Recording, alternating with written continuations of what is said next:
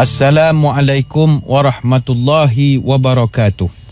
Bismillahirrahmanirrahim. Alhamdulillahi rabbil alamin.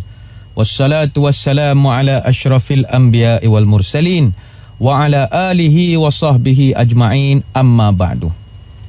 Saudara, apa khabar? Alhamdulillah, dengan izin dan ketentuannya, sekali lagi dapat kita bertemukan bersiaran menerusi segmen motivasi pagi hanya di IKIM FM.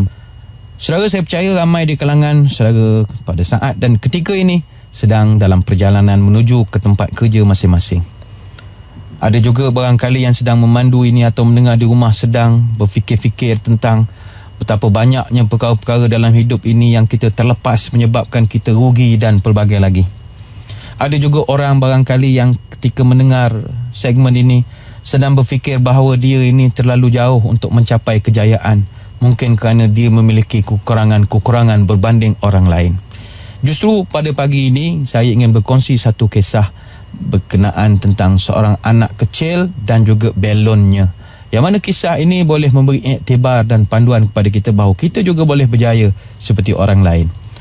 Saudara, pada satu hari ada beberapa orang anak-anak orang putih Mak Saleh sedang bermain di sebuah taman. Ketika itu juga ada seorang pakcik tua. Dia ni menjual belon. Jadi belon dia ni dia letakkan pada gerainya yang dia tolak. Jadi dia pun tolaklah gerai belon dia ni masuk ke dalam kawasan taman. Maka bila dia letakkan warungnya, datanglah segerombolan anak-anak Mak Saleh ini, anak-anak orang putih ni berlari mendekati tempat dia berjual. Jadi setiap anak-anak ini membeli satu belon.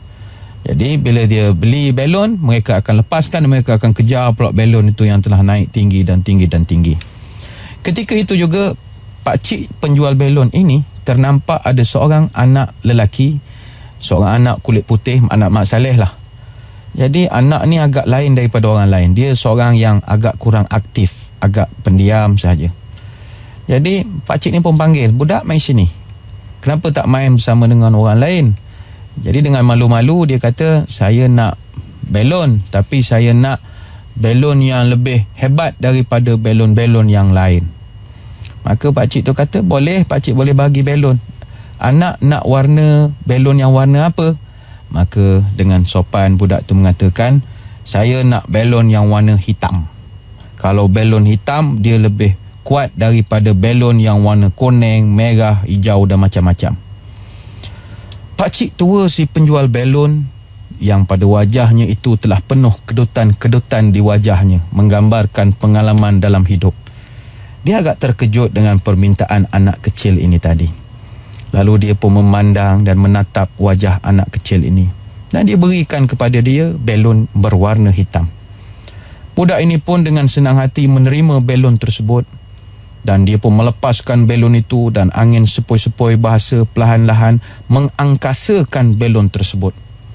Pakcik tua yang melihat belon itu telah naik ke langit, dengan perlahan dia menepuk budak kecil itu dan dia berkata, "Wahai anak, ingat, belon boleh terbang ke angkasa bukan kerana warnanya.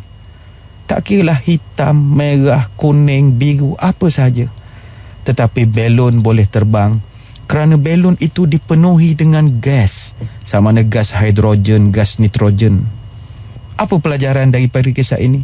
Kejayaan seseorang bukan kerana ras, bukan kerana kulit, bukan kerana keturunan, bukan kerana kelahiran asal usulnya. Kuncinya adalah apakah dalam hati kita itu syarat dengan gas-gas keyakinan. Dan saudara, anak kecil yang saya ceritakan di dalam kisah anak kecil dan belon ini, sekarang kita kenal sebagai pakar psikologi terkenal di Amerika Syarikat bernama Profesor Dr. James McKeen-Cattell.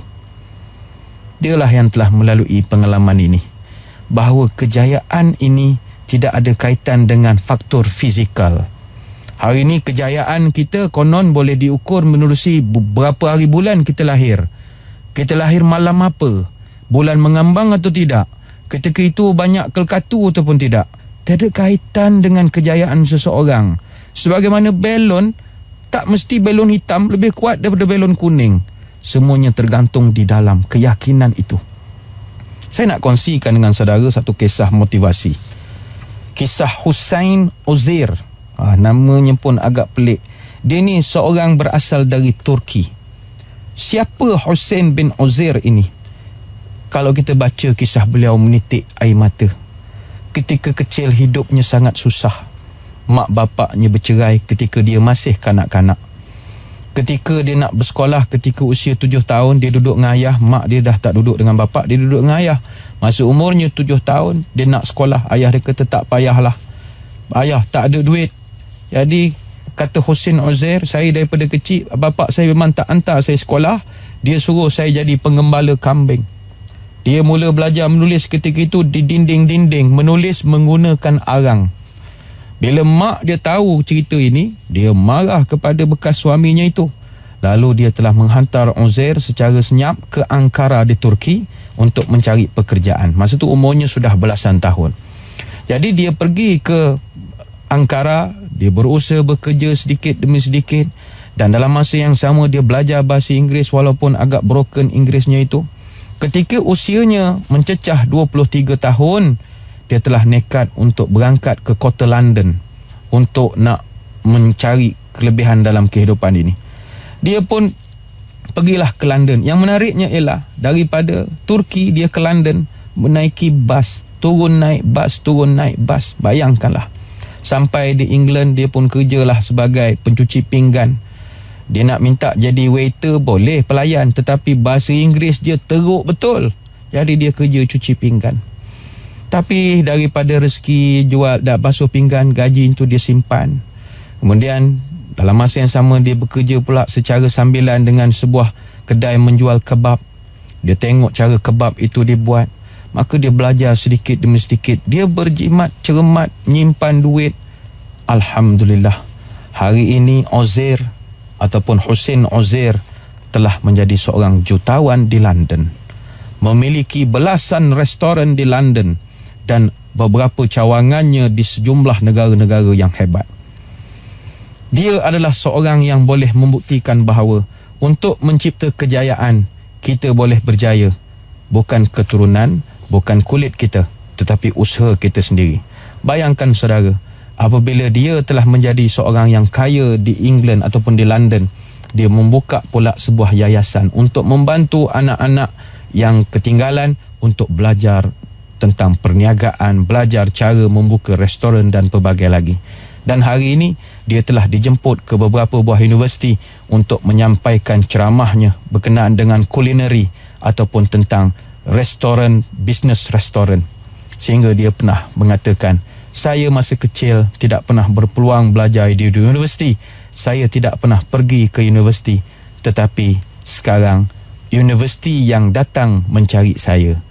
Orang universiti datang, mahasiswa-mahasiswi datang mencari saya untuk belajar berkenaan dengan kulineri. Maka Uzair yang tidak pernah bersekolah akhirnya menjadi seorang ahli perniagaan restoran yang paling kaya di London dan diiktiraf di seluruh dunia. Anak kampung ini berjaya mengembangkan potensinya daripada tiada kepada ada, daripada zero kepada hero. Justru saudara, dengan keyakinan kita tidak akan mudah putus asa ataupun patah semangat. Walau pelbagai rintangan datang menghadam, kita tetap teruskan perjuangan. Kita tidak akan berjaya kerana semata-mata kita keturunan yang hebat. Belum tentu kita berjaya kalau bapa kita berjaya. Yang penting, lakukanlah dengan penuh ketegasan. Pantang sekali bermalas-malas, hati keras, fikiran luas, teguh kukuh menjalankan tugas. Hukum dipegang tidakkan lepas, memikul beban tahan melengas, menghadapi musuh tiada cemas, dijadikan pemimpin manfaatnya luas, dijadikan tua sikapnya jelas, dijadikan induk sikapnya tangkas, memimpin negeri orang kan puas. Mudah-mudahan kisah anak dan belon ini tadi menjadi suatu motivasi kepada kita. Moga-moga saudara yang mendengar kisah ini dapat terbang lebih tinggi dari belon-belon yang lain. Cuma kalau sudah berada di angkasa, jangan lupa dengan apa yang ada di bumi ini nanti. Sekadar itu sembang-sembang kita. Terima kasih atas perhatian. Mohon maaf sebarang kekurangan. Mudah-mudahan bertemu pada lain-lain kesempatan. Wabillahi taufik wal hidayah. Wassalamualaikum warahmatullahi wabarakatuh.